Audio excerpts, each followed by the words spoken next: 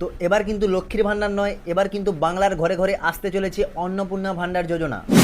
তো লক্ষ্মীর ভাণ্ডার প্রকল্প বন্ধ হলো, এবার কিন্তু চালু হলো অন্নপূর্ণা ভাণ্ডার যোজনা।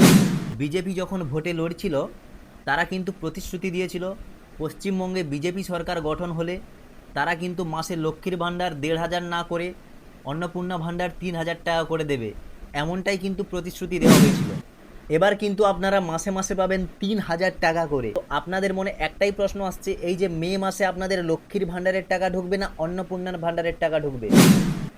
এই যে অন্নপূর্ণার ভাণ্ডার প্রকল্প কবে থেকে শুরু হবে, আবেদন প্রক্রিয়া কি রয়েছে, কবে থেকে আপনারা ব্যাঙ্ক অ্যাকাউন্টে পেতে পারেন, এই সমস্ত বিষয় নিয়ে কিন্তু আজকে আমরা এই ভিডিওতে আলোচনা করব। তো অবশ্যই কিন্তু ভিডিওটি বেশি বেশি করে শেয়ার করে দিন যাতে সকলে জানতে পারে। আর এই ধরনের আপডেটগুলি সবার আগে পাওয়ার জন্য চ্যানেলটিকে সাবস্ক্রাইব করে রাখবেন, আর ফেসবুক পেজ থেকে দেখে থাকলে পেজটিকে অবশ্যই ফলো করে রাখবেন।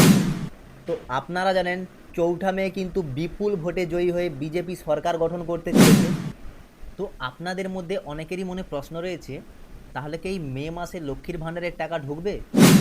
দেখুন, সরাসরি বলতে পারছি না, কিন্তু এই মে মাসে লক্ষ্মীর ভাণ্ডার প্রকল্পের টাকা ঢোকার কিন্তু সম্ভাবনা আর নেই, যেহেতু কিন্তু পশ্চিমবঙ্গে পালাবদল হয়ে গেছে।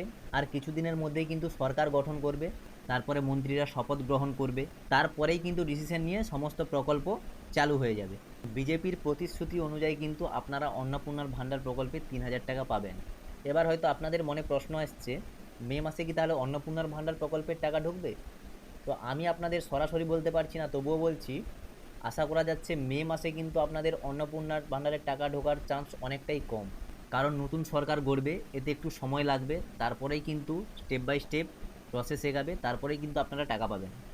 তো এই অন্নপূর্ণার ভাণ্ডার প্রকল্পের ফর্ম কবে থেকে ফিল আপ হবে, ফর্ম ফিল আপের ডেট কবে, কী কী ডকুমেন্ট লাগবে ফর্ম ফিল আপ করতে, তো সব আপডেট সবার আগে পেতে আমাদের সাথে জুড়ে থাকবেন।